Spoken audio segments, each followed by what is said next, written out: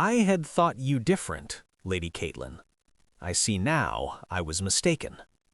Imagine the most powerful man in London, the Duke of Ashbourne, standing in a crowded ballroom, his voice cutting through the silence like a blade. He didn't just reject Lady Caitlin Haynes, he annihilated her. In one breath, her reputation was shattered, her future erased, and the only man who had ever truly seen her became the architect of her ruin.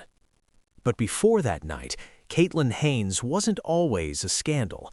For 23 years, she was a ghost, unremarkable, unmarriageable, far too intelligent for her own good. She stood along the periphery of Lady Pemberton's glittering assembly, where matrons whispered that she'd had her chances and squandered them with that unfortunate habit of speaking her actual thoughts, where debutantes pitied her with sidelong glances, there but for the grace of charm go I, where gentlemen's eyes slid past her as though she were part of the wallpaper, patterned and forgettable. Caitlin had learned to carry this dismissal like a second skin. The cost of being herself had been counted, accepted, and quietly endured.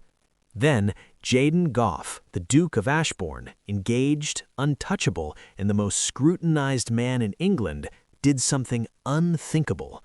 He crossed the entire length of the ballroom, past eligible daughters and simpering admirers, past his own radiant fiancée, whose smile froze mid-laugh, and stopped directly in front of the woman society had already written off.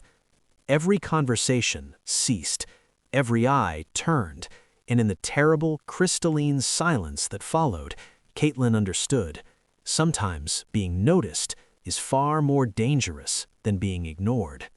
Caitlin Haynes had perfected the art of attendance without presence. While London whispered of scandal yet to come, she lived in the suffocating silence of polite society. At Lady Pemberton's drawing room on this particular Tuesday, she wasn't a person, she was a stone in a stream. Conversations flowed around her. The Countess of Worthing discussed nuptials, Miss Arabella Thornton recounted compliments.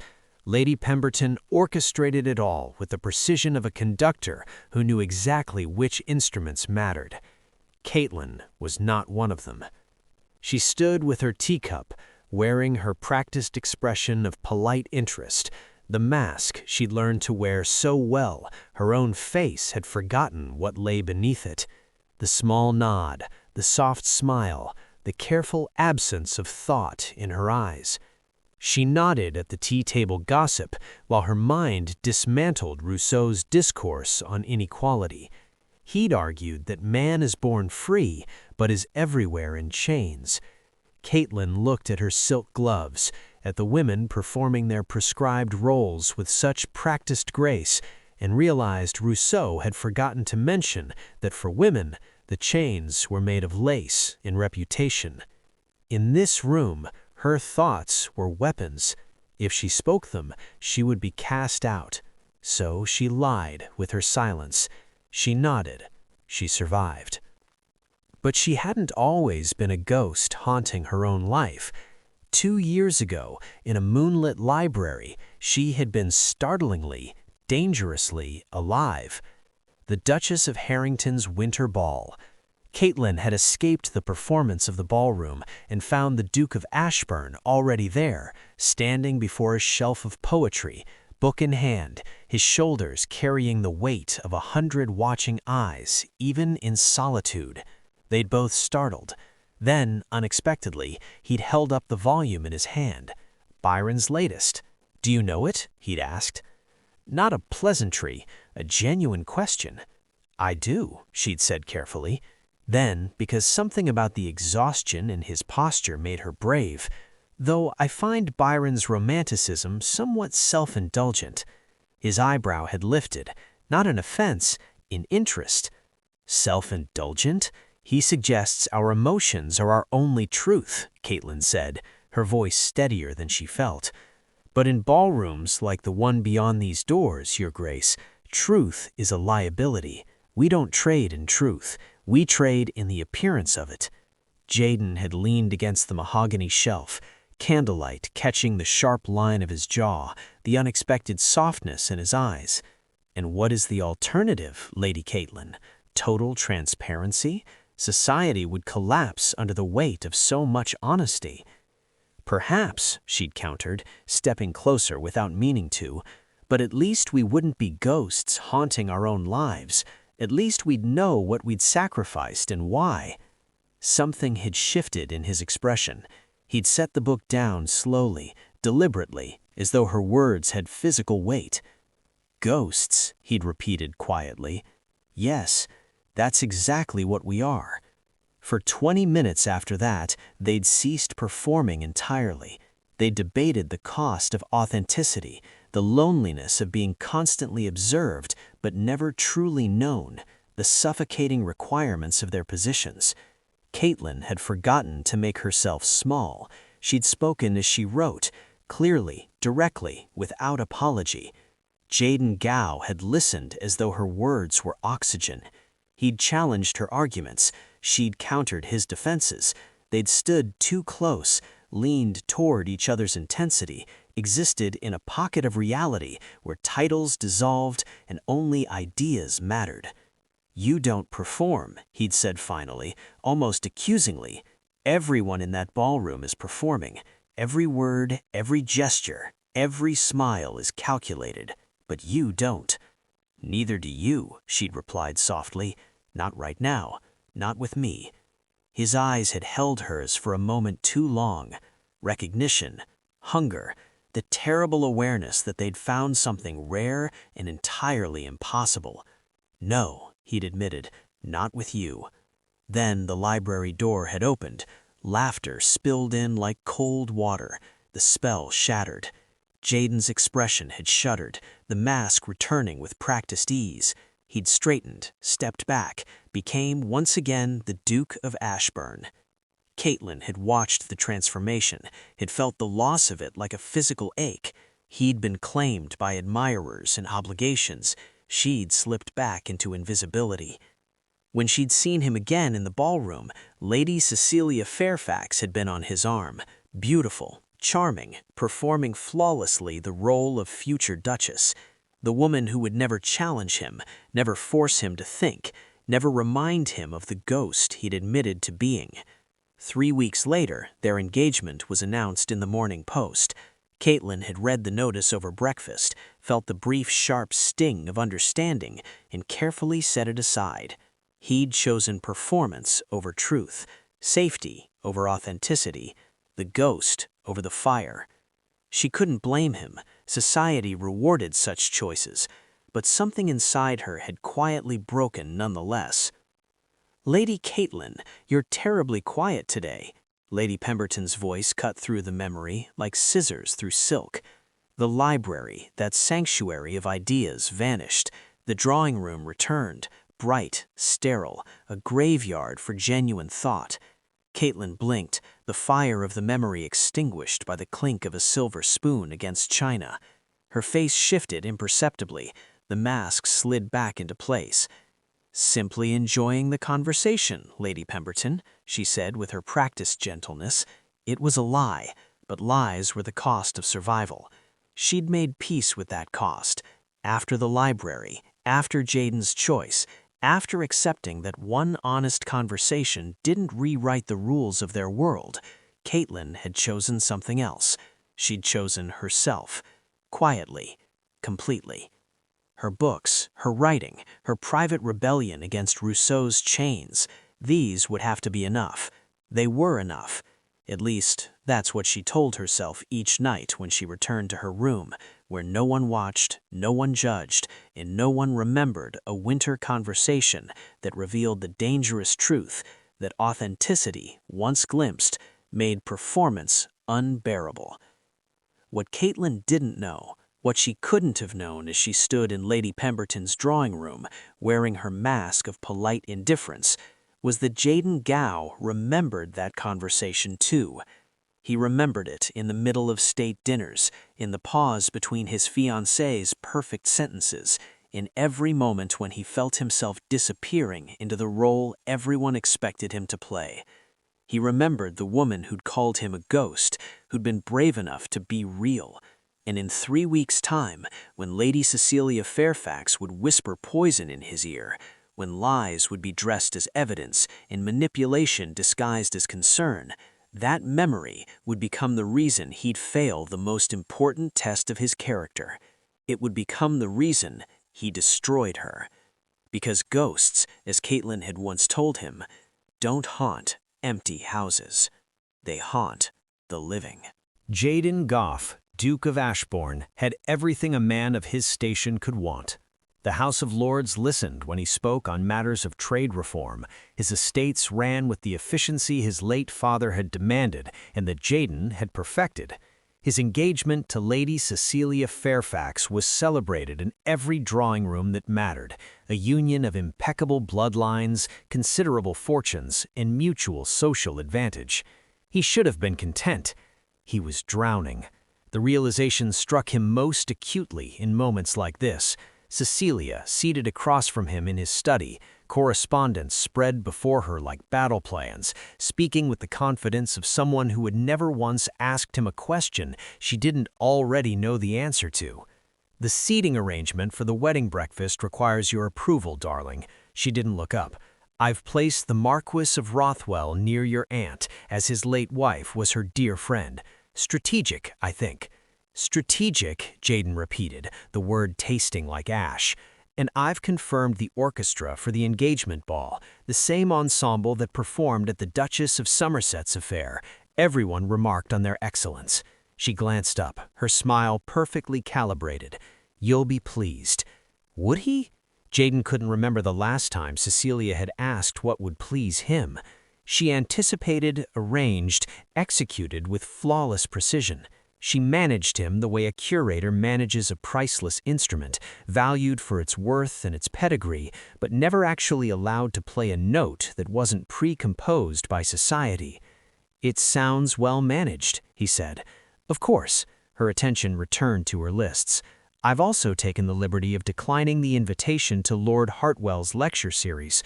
Dreadfully dull, and the company will be entirely academic, not our sphere." Something tightened in Jaden's chest. He'd wanted to attend those lectures, philosophy, political theory, the kind of substantive discourse that made his mind feel less like an ornament and more like an instrument with purpose. But Cecilia had already decided. She always decided. "As you think best," he heard himself say, the echo of a ghost. That night, alone in his private rooms, Jaden stood before the fire with a glass of port he didn't want and thoughts he couldn't escape. Cecilia was everything a duchess should be. Beautiful, accomplished, socially brilliant. She navigated London's hierarchies with the skill of a general commanding armies. She never embarrassed him, never challenged him, never required anything from him except his presence and his name. She was perfect. She was erasing him. Their conversations were negotiations disguised as companionship.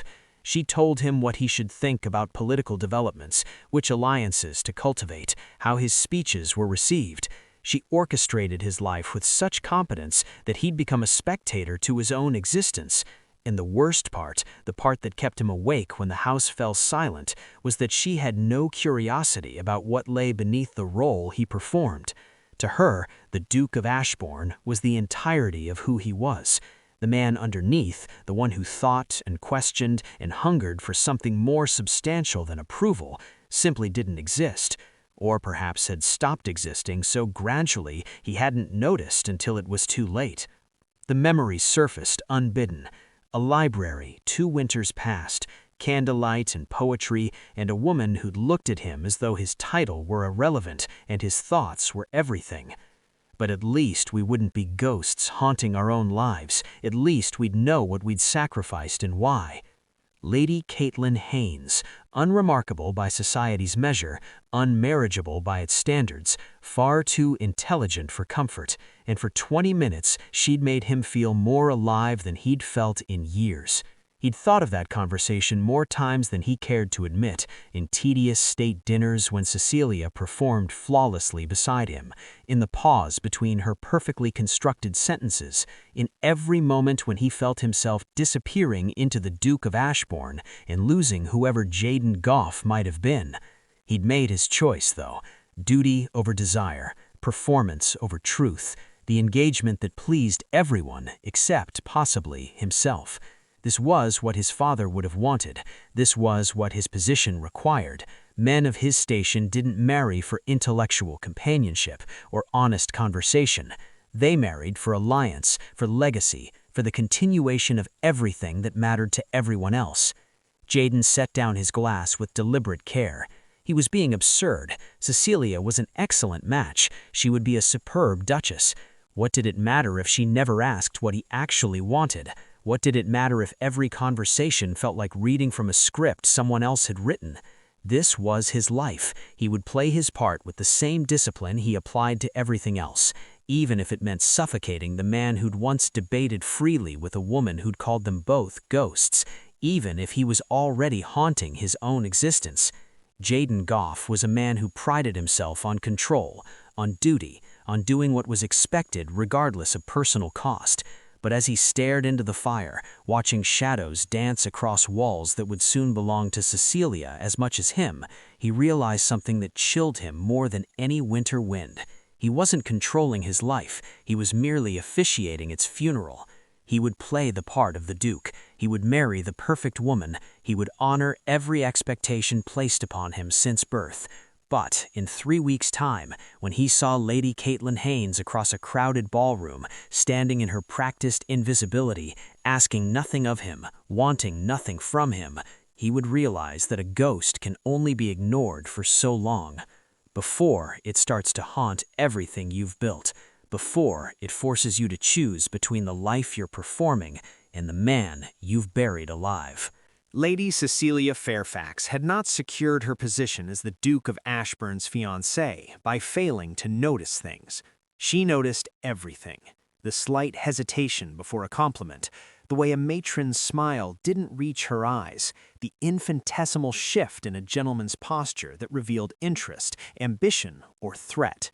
Society was a chessboard, and Cecilia had learned young that queens who didn't pay attention ended up sacrificed. So when Janie's attention drifted during Lady Harwell's literary soirée, Cecilia noticed immediately.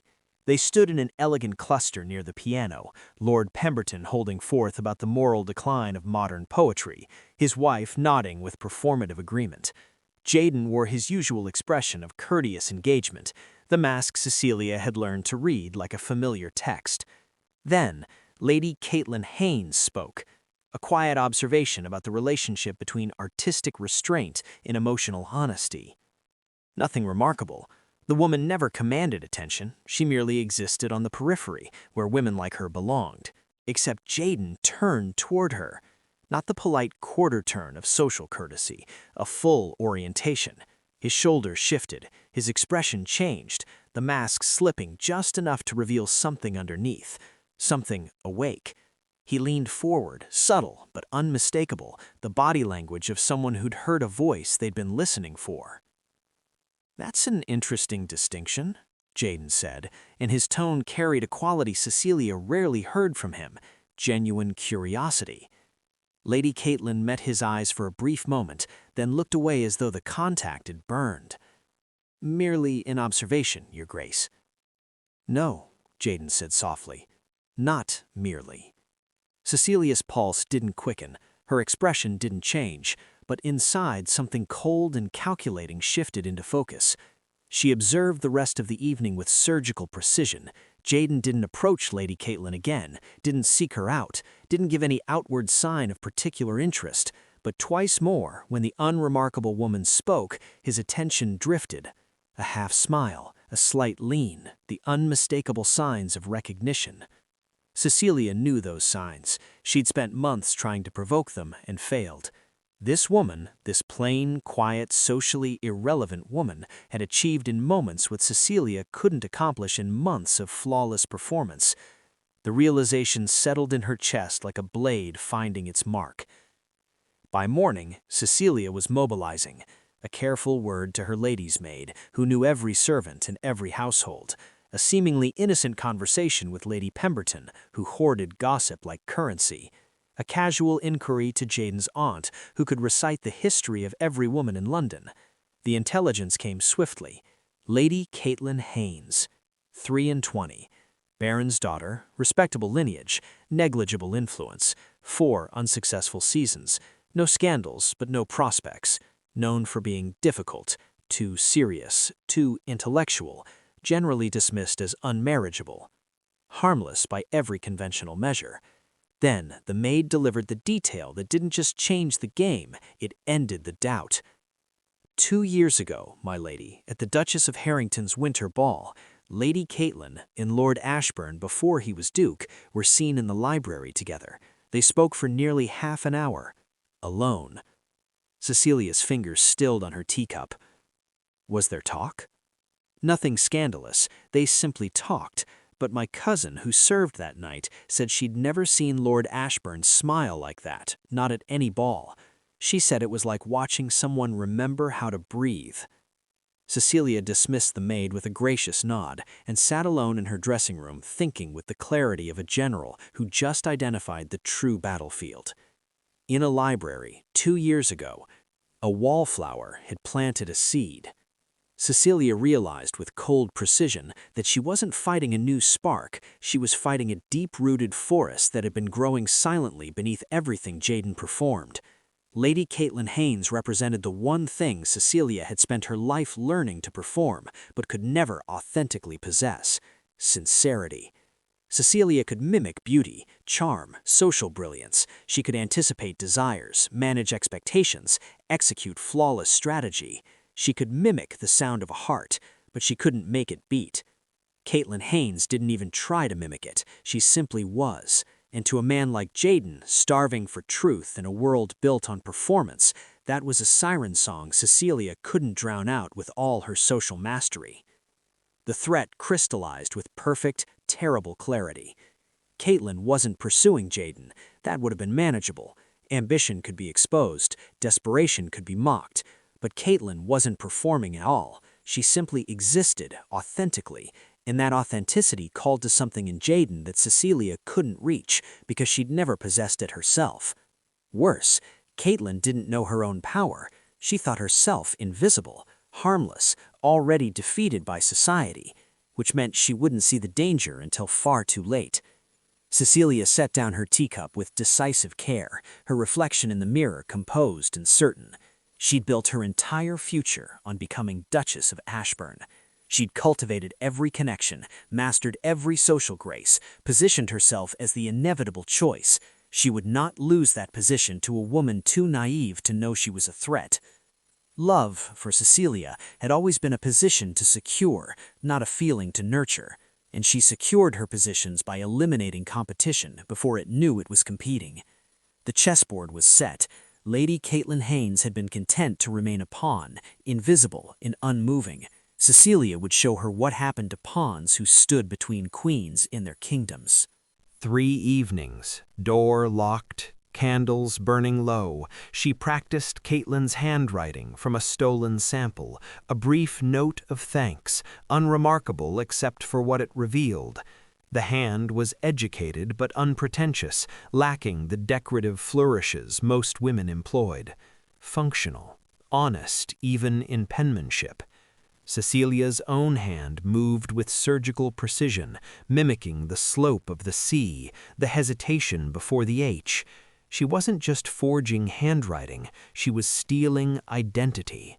The letter itself was a masterpiece of calculated violation. She took the one moment Jaden held sacred, his own confession of loneliness in that library 2 years ago, and turned it into evidence of a crime. Your Grace, I hope you will forgive my writing, but our conversation at Lady Harwell's soirée awakened thoughts I can no longer contain in silence. You spoke of intellectual loneliness. I understand that loneliness more deeply than I can express in public company. She was weaponizing his deepest vulnerability against him, poisoning a sacred memory, and he would never see the blade until it had already struck. The second letter expressed gratitude for your understanding and the hope that we might speak again, away from watching eyes. Letters that had never been written, conversations that had never occurred, a relationship that existed only in Cecilia's construction. She placed the first beneath parliamentary documents in Jaden's study, positioned as though hastily hidden. The second she kept, waiting for the perfect moment. Next, the witnesses. Silver changed hands. Servants testified to delivering letters, witnessing lingering glances, overhearing whispered conversations. Memory, Cecilia knew, was such a malleable thing, especially when encouraged by coin and careful suggestion. Then came her most effective weapon, concerned confidence. From Lady Worthing to Lady Pemberton to the Duchess of Somerset, the seed was planted with surgical precision, each woman chosen strategically, each already suspicious of intellectual women, each ready to believe a narrative that confirmed what society wanted to be true. Intelligence wasn't a virtue, it was a cloak for calculation. Lady Worthing's response echoed across every drawing room that mattered. Intelligent women are often the most dangerous. They hide their ambition behind books and false modesty. The whispers spread like wildfire. Within days, the narrative had solidified. Lady Caitlin Haynes, unremarkable, unmarriageable, dismissed for years, was now a woman of dangerous ambition who'd nearly fooled everyone with her performance of harmless intellectualism. Caitlin believed that facts were the foundation of reality. Cecilia knew better. Reality was merely the story the most powerful person in the room told, and Cecilia was a master storyteller. While London's drawing rooms buzzed with scandal, Caitlin sat in her father's library, completely unaware. She was studying Kant's Critique of Pure Reason, the philosophy of truth and perception, while a master of pure manipulation was deciding her fate. She turned pages, made notes in margins no one would read. The fire crackled, rain tapped against windows. She noticed fewer invitations arriving, but attributed it to winter's end. She sensed coldness at the gatherings she still attended, but assumed some minor social error she'd failed to notice. It never occurred to her that she'd become a scandal, that her name now meant manipulation, that servants whispered about letters she'd never written, that women who'd once ignored her now watched with active contempt, that the quiet existence she'd built was already condemned. She simply read, thought, wrote observations about reason and perception and the nature of truth, while across London the truth about her was being rewritten by someone who understood that society creates the reality it wants to believe. The trap was set, the narrative established, the witnesses prepared. The detonation was set for spring. Caitlin was turning pages, Cecilia was turning the world against her. And Jaden, the only man who knew the truth of her soul, who'd seen her honestly in that library, who'd called them both ghosts, was the one who would be holding the match. In her library, Caitlin turned another page, completely unaware that she was already burning. Caitlin is reading about truth while her life is being set on fire by a lie. If you scroll away now, you're letting her world burn in silence. Subscribe so you don't miss the moment she realizes she's lost everything. And Cecilia smiled, watching the spiderweb glisten in candlelight, every thread perfectly placed. She'd just convinced all of London that the ghost was real. Now all she had to do was make the Duke light the fire. The Ashford Spring Ball glittered with 300 witnesses. Caitlin stood near the tall windows, watching rain blur the garden lights into soft halos. She'd almost declined the invitation. The few she still received felt more like obligations than welcomes, but her mother had insisted. "We cannot hide simply because the season has been unkind." She had no idea the season was about to become catastrophic. Across the ballroom, Cecilia found Jaden near the refreshment table, engaged in conversation with Lord Pemberton. She approached with practiced grace, her expression carefully arranged into concern. "Your Grace, might I speak with you privately? It's rather urgent." Jaden excused himself, following Cecilia to a quieter alcove. She withdrew a folded letter from her reticule, her hands trembling just enough to seem genuine. "I discovered this in your study yesterday. I wasn't searching, it was simply there, beneath some papers." She paused, as though the words pained her. "I thought you should see it before this situation progresses further." Jaden unfolded the letter, Caitlin's handwriting. His own words reflected back: intellectual loneliness, the performance required of their positions, the desire for authentic connection. Except these weren't his words. These were confessions he'd never made, conversations that had never occurred, arranged into evidence of an affair that existed only on paper. "There's more," Cecilia continued. "Servants have witnessed her lingering after gatherings, waiting for private words with you. Lady Worthing mentioned she's been positioning herself at events where she knew you'd attend." Her voice caught perfectly. "The evidence suggests Lady Caitlin has been pursuing you quite deliberately." Jaden stared at the letter, something cold spreading through his chest. The woman he remembered from the library, honest, direct, unperforming, now appeared to have been performing the entire time. The sincerity he'd treasured had been calculation. The connection he'd felt had been manipulation. He felt betrayed. Worse, he felt foolish. "Where is she?" "Near the windows, I believe." Jaden crossed the ballroom with the deliberate purpose of a man who'd made a decision. Each step measured, each stride carrying the weight of judgment. Conversations died as he passed. Heads turned. The entire assembly sensed something important was happening. The Duke of Ashbourne moving with intent, his expression carved from ice, his destination clear. 300 people held their breath. Caitlin saw him approaching and felt a flutter of recognition. Then she saw his face, and something inside her went cold. "Lady Caitlin." His voice carried across the sudden silence. "Might I have a word?" She nodded, unable to speak past the tightness in her throat. "I had thought you different," Jaden said. Not loudly, not with rage, with cold, measured disappointment that cut deeper than shouting ever could. "I believed you incapable of deception.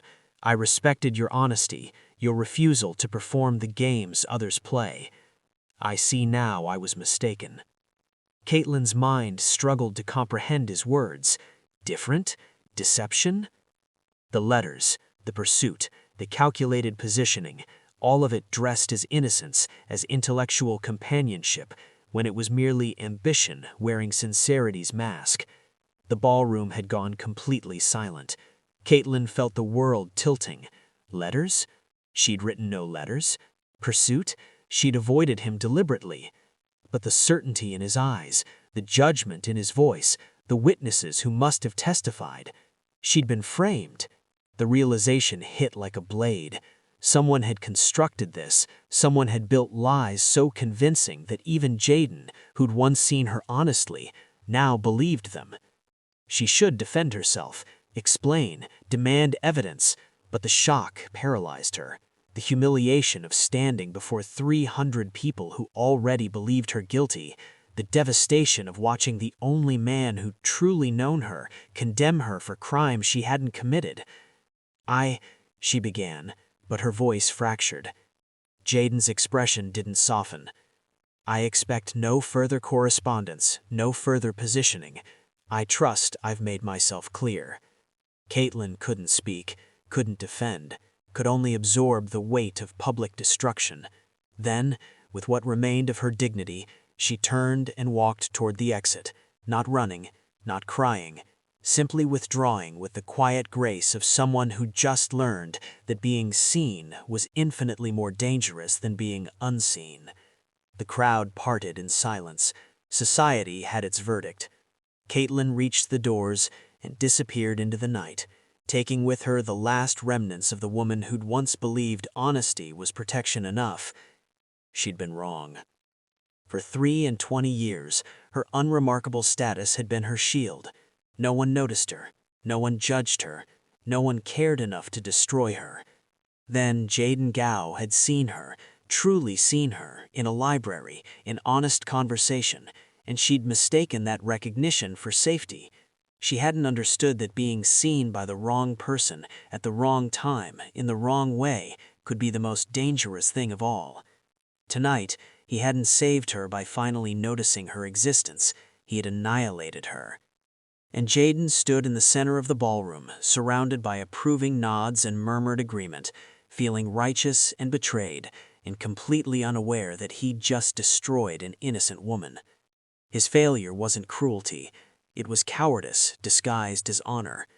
The belief that evidence mattered more than character, that society's whispers carried more weight than his own memory of a woman who'd spoken truth when everyone else performed lies. He chose the easier story, the one that required nothing of him except judgment.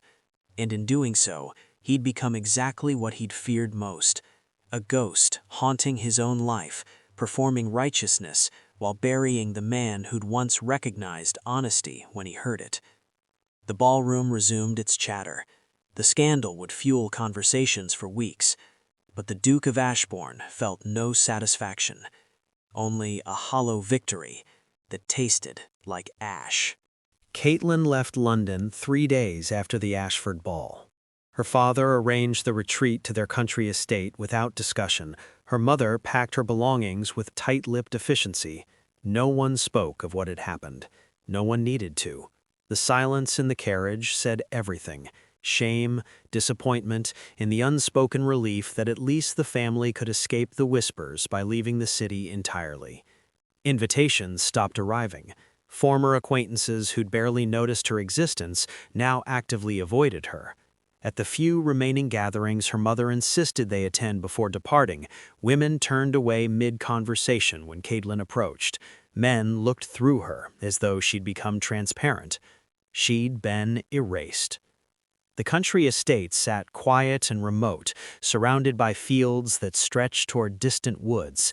Caitlin's room overlooked the garden, where spring fought its way through winter's remnants. She watched the world turn green again and felt nothing.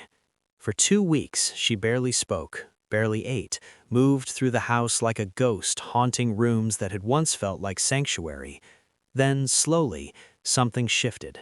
She began reading again, not the philosophy that had occupied her before, but poetry, Wordsworth, Coleridge, verses about solitude and nature, and finding meaning outside society's narrow definitions. She walked the estate grounds in early morning, when frost still silvered the grass, and no one watched her exist. She started writing, not observations about political theory, but honest reflections on what had happened, the betrayal, the humiliation, the devastation of being condemned for crime she hadn't committed.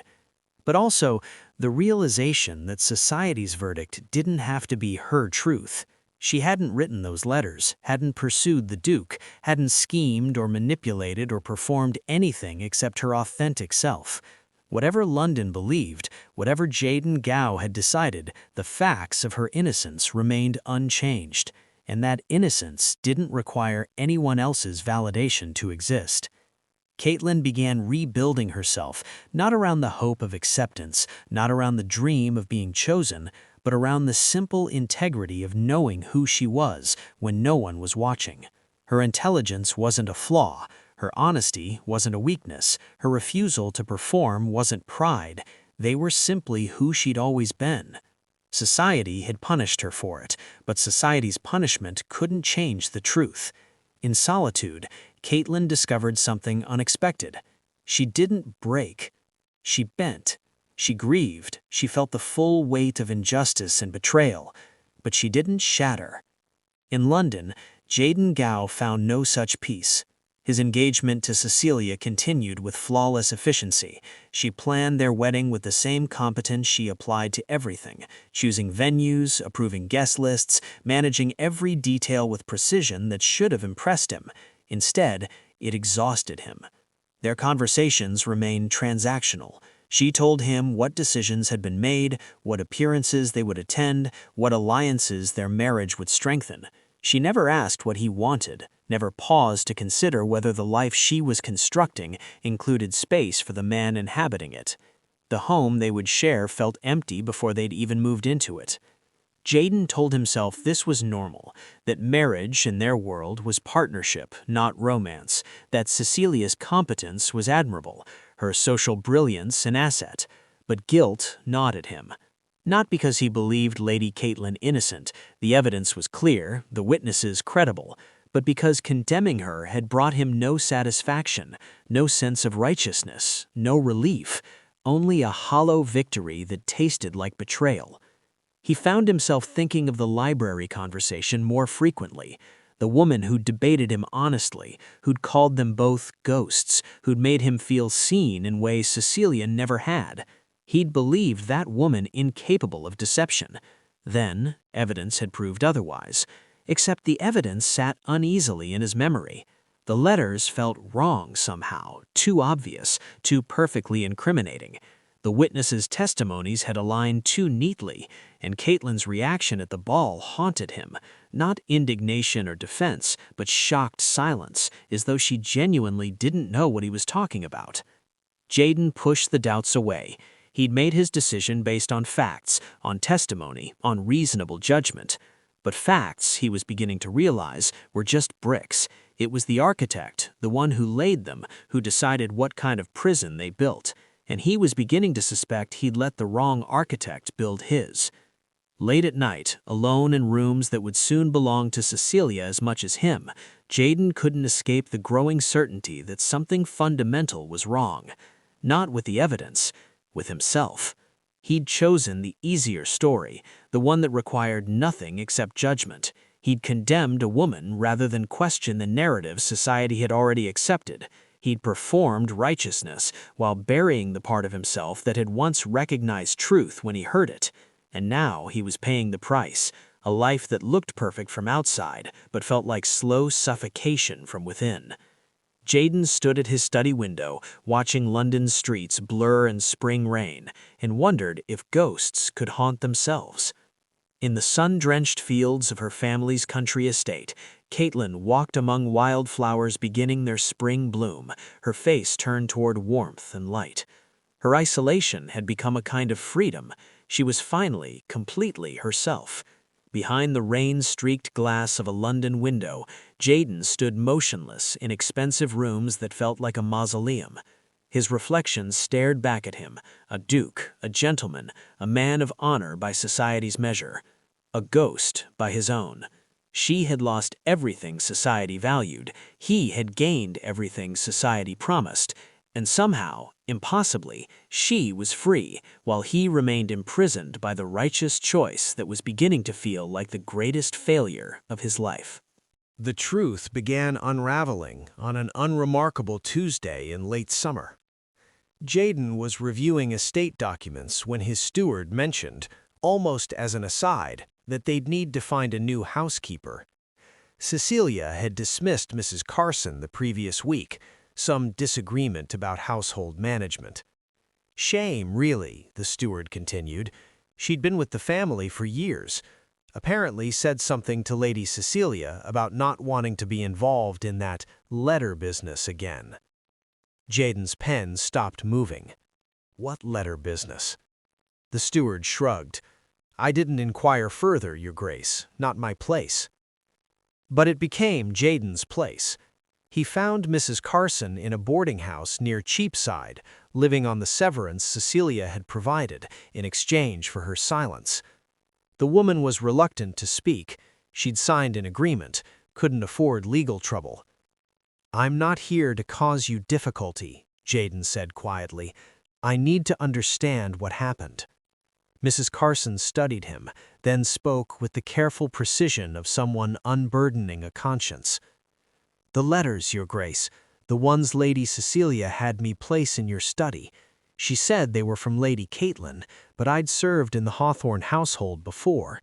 I knew Lady Caitlin's hand." Her voice dropped. "Those letters weren't hers. Very close, but not quite right." The ground shifted beneath Jaden's feet. "Lady Cecilia gave you forged letters to plant?" "I didn't know they were forged then. I thought I was being helpful." Mrs. Carson's voice cracked.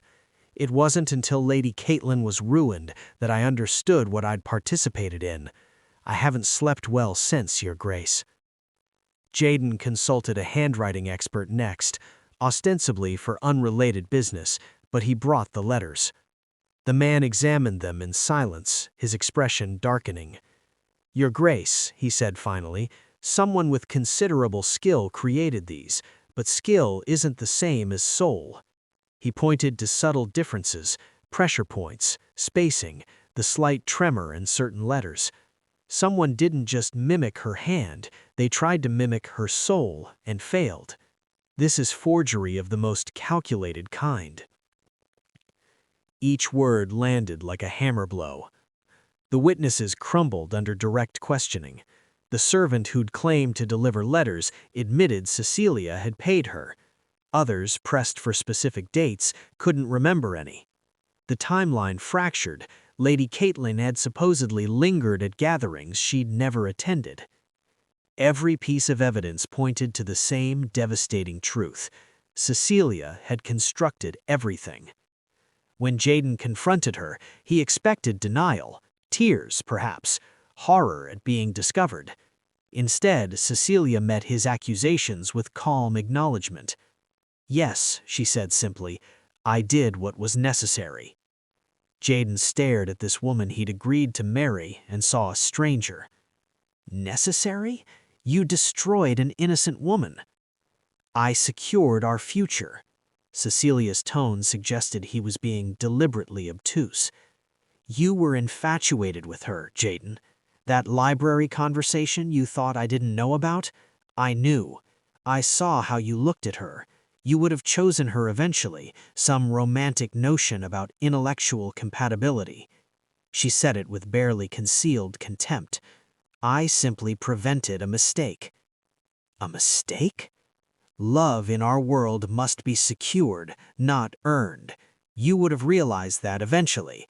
I acted to protect what we'd built." "We built nothing," Jaden said, his voice hollow.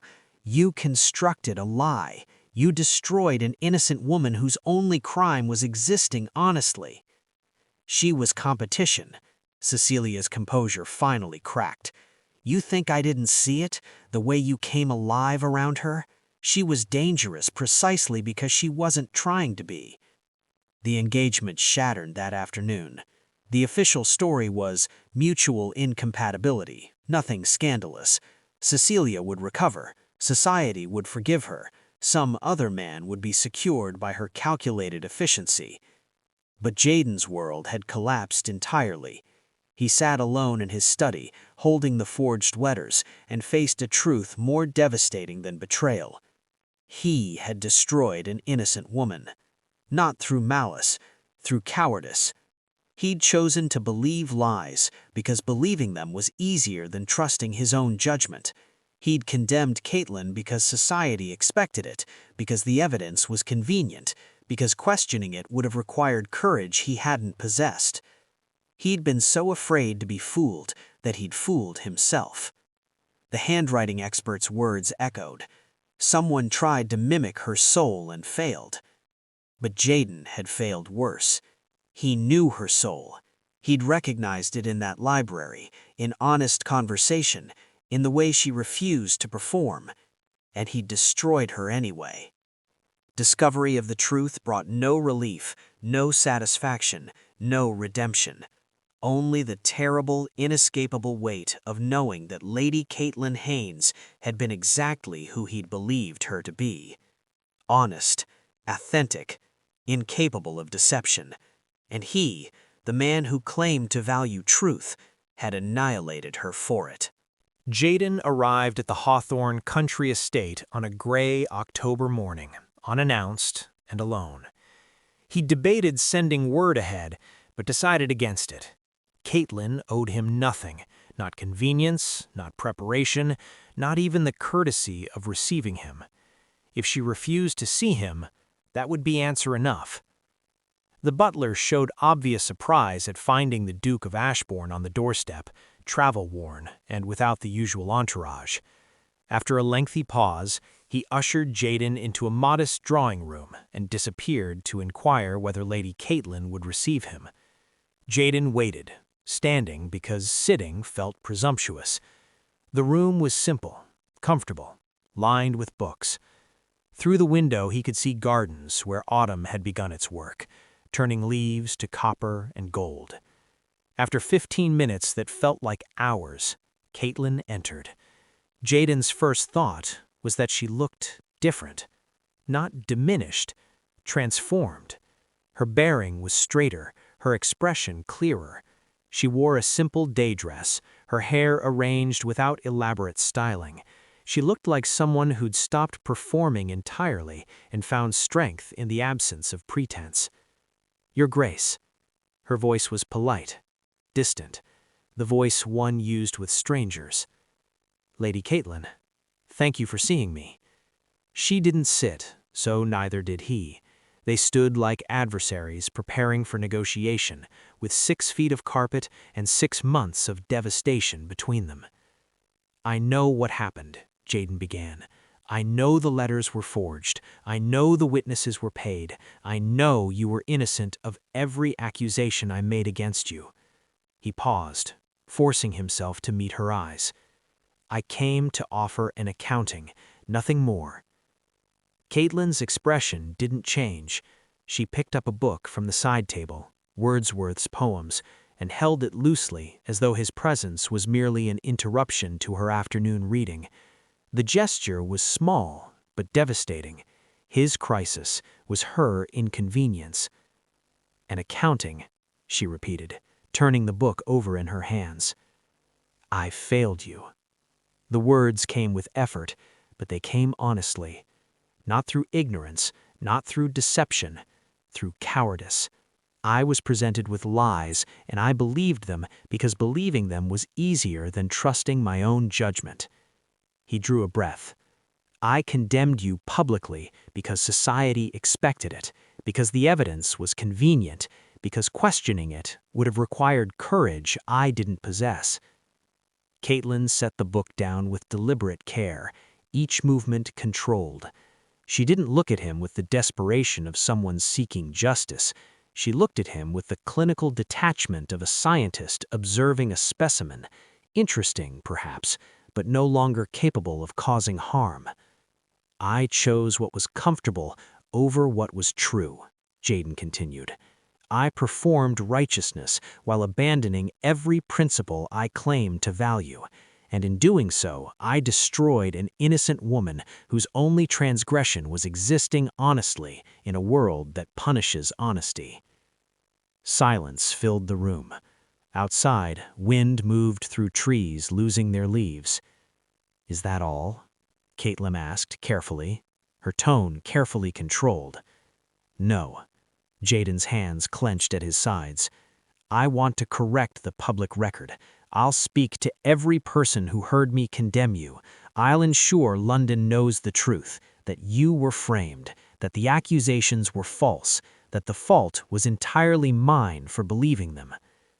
Caitlin walked to the window, not turning away from him in distress, but simply moving through her own space as though he were furniture to navigate around. She touched the windowsill, her fingers tracing the wood grain with the casual familiarity of someone who belonged here completely. "And you think that will repair what you broke?" she asked, without looking at him. "No." The word came quickly, firmly. "Nothing will repair it, but it's the only thing I can offer that might matter, the truth, spoken as publicly as the lies were." She turned to face him then, leaning against the windowsill with the ease of someone on her own territory.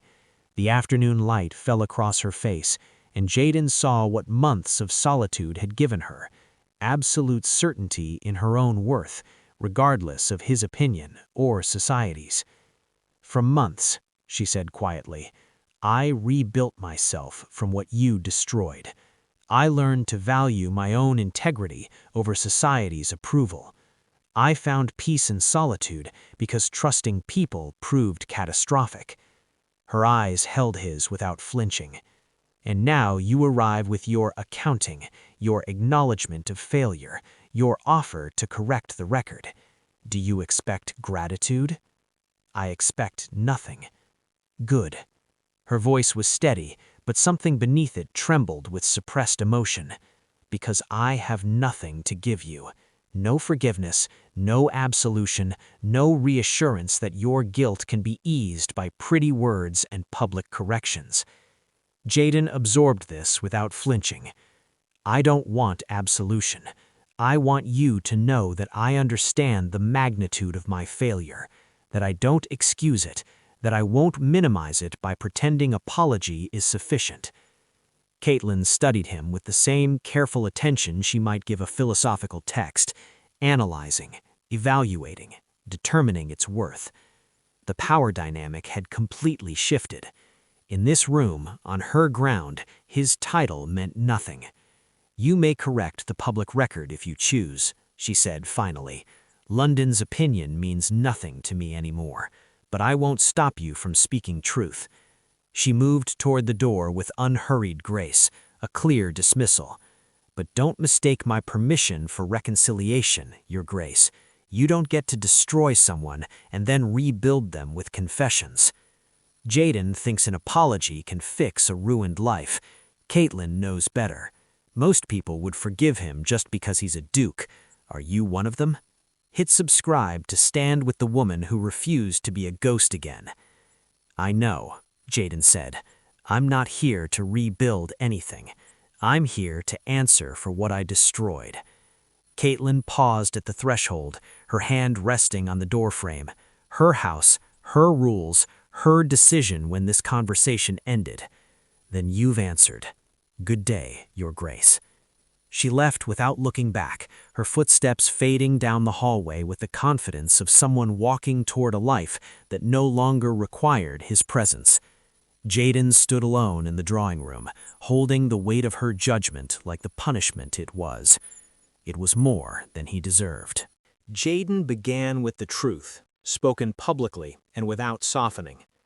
At the first gathering he attended after ending his engagement, Lady Worthing approached with thinly veiled curiosity. "A shame about the incompatibility with Lady Cecilia, Your Grace, but perhaps for the best?" Jaden met her gaze directly. "There was no incompatibility, Lady Worthing. There was a crime. Lady Cecilia forged letters and manufactured accusations to destroy an innocent woman. I was the fool who believed her because it was easier than trusting my own eyes." The room went silent. Society didn't expect confession. It expected careful management of scandal. Jaden repeated this accounting at every gathering. He didn't seek sympathy, he didn't dramatize. He simply stated facts. Lady Caitlin had been framed. He had failed her. The responsibility was his alone. The social cost was immediate. Invitations slowed. Men who'd once sought his counsel now avoided him. Women whispered about his obsession with a ruined woman. Jaden endured it all. He realized that for years he had been a monument to society's expectations. Now he was finally becoming a man. He worked quietly to restore what he had broken. He ensured Baron Hawthorne received the political invitations he'd lost. He tracked down the business opportunities withdrawn during the scandal and forced them back into the light. He didn't do this as a savior, but as a man paying a debt. Months passed. Caitlin heard of his actions, the public corrections, the social suicide he was committing on her behalf. She didn't respond. She watched him from the safety of the countryside, waiting to see if this was another performance. It wasn't. After 6 months, Jaden sent a letter. Not a demand, not a plea, A simple question. May I visit? Caitlin agreed. Their first meetings were careful, like two survivors of a shipwreck finding each other on a distant shore. They spoke of books and politics. Then, eventually, they spoke of the library. I cannot undo my cowardice, Jaden said during their 5th meeting, standing in the Hawthorne Library where it had all begun. But I can offer you a partnership where you will never have to perform. If you can trust me again, I will spend my life proving I am worthy of it. Caitlin looked at him. She saw the lines of exhaustion from a year of social warfare. She saw the man who had stopped being a duke to become a human being. Yes, she said, not out of need, out of choice. The wedding was private. Society called it madness. Caitlin and Jaden called it peace. Months later, they attended one final London ball. Lady Pemberton made a veiled comment about second chances. Jaden responded with quiet clarity. Lady Caitlin gave nothing second-hand. She made a choice on her own terms. I am simply grateful she deemed me worth the risk. Later that night, they returned to their own library, a room designed not for guests, but for them. Caitlin sat with a copy of Kant. Jaden reviewed notes. The silence wasn't the heavy, suffocating silence of ghosts. It was the companionable quiet of people who no longer had anything to hide. This was love, not passion as performance, but the profound safety of being fully known. Caitlin looked up at Jaden, watching her. What? She asked. Nothing, he said. Everything. She smiled, a real smile, unguarded and unhurried. Outside, London continued its endless performance. Inside, 2 former ghosts had finally stopped haunting their own lives. They had become, at last, entirely real.